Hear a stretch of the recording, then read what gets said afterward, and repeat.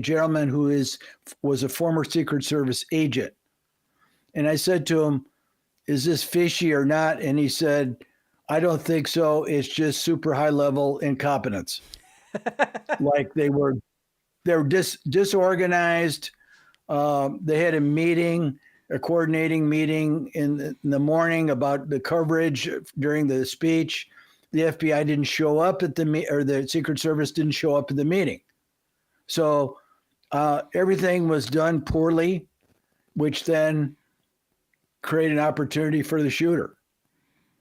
So I don't know about that. I mean, over the years, I've become kind of a conspiracy theorist about the Kennedy shooting because the reports that summarized and gave a reason for the assassination of President Kennedy can't be true. There are lies in there. And that still hasn't been released to the public. It's Trump. They were asking Trump to release it. And he said he might do it. I don't know if he will. I mean, it's about time. How long ago was that? It was a long time ago. 1963. Yeah. 63. But they said when the Warren Commission completed their report, which I think was in 66 or 67, they said nobody can open this up for 50 years. So that's how we got here. And that's phony too. So I don't know. All the things that have been done to Trump have convinced me that there are bad actors in the government who do things and get away with it. So, and it's probably the same in any large capitalist state. It's probably true in Germany. It's probably true in France, UK, whatever.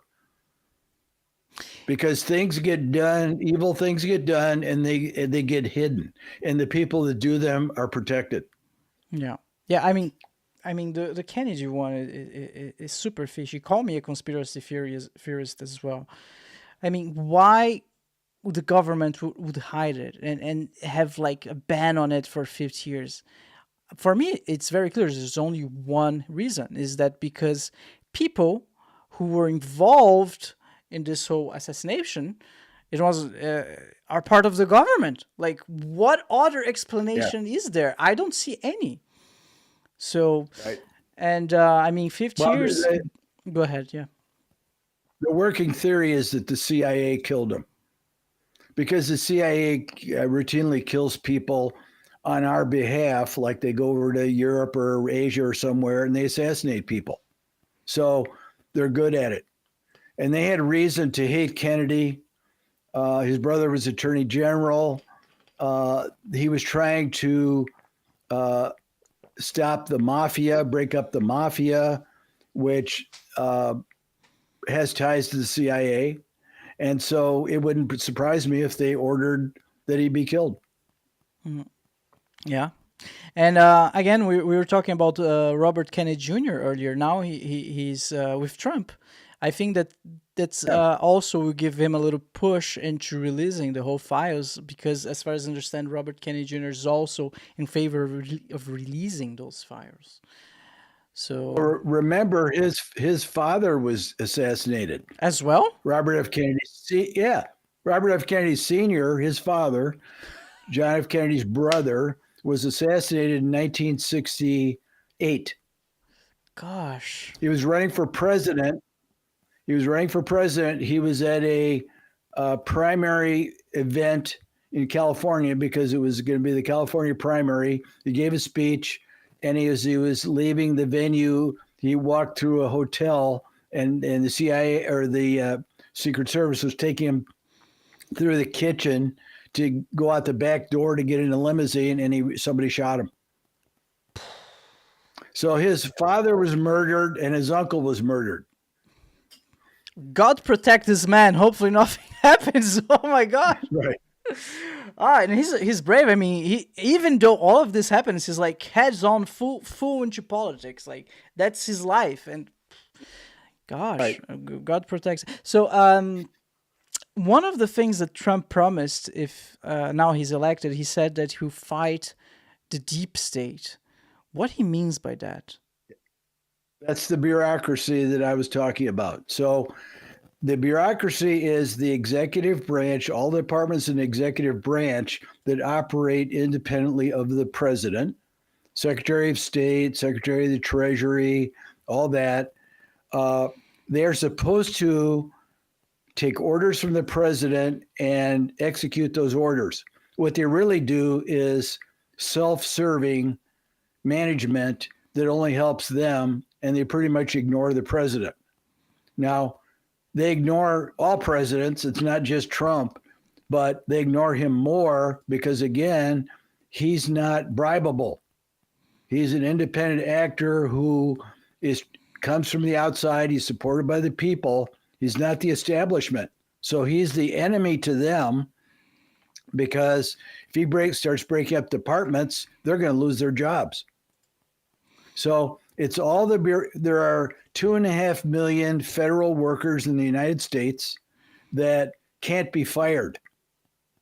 So they just do whatever they can to increase their income, protect their interests, and have a long career. So they don't act in the people's interest. And that's a problem. Oh yeah, for sure. I mean, you're electing those people to act on your interests. That's the whole purpose of it. So, go ahead. Yeah.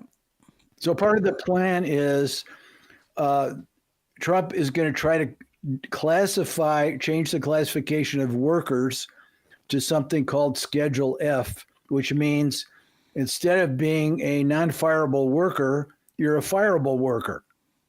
So if we can reclassify them, then he can fire whoever he wants. Oh. Then he can use Doge, the data from Doge, to eliminate departments or parts of departments. Okay, and the going back to the thing that they would be able to fire anyone. This would be across the board or just in certain departments? Across the board. Gosh, that's impressive. That's the power of an outsider, right? We were talking about Trump being an outsider. Yeah. If you're a politician, you've been in politics your whole life. No way. Like you would be doing that. Of course not. You want just to, more power, more good. If you're an establishment politician, you want everything to keep going just like it's going because it made you rich. Yeah. So that's the other thing that's unique about Trump. I mean, his story is unique. The comeback is unique, but he's unique in the sense that he can really make changes that no one else was interested or willing to do. The federal budget is $7 trillion a year. Elon Musk says he can cut $2 trillion out, which would be 30%. That's what happens when we record live. And I think we're back. Test 1, 2, 3. You know what? Let's go to a quick break.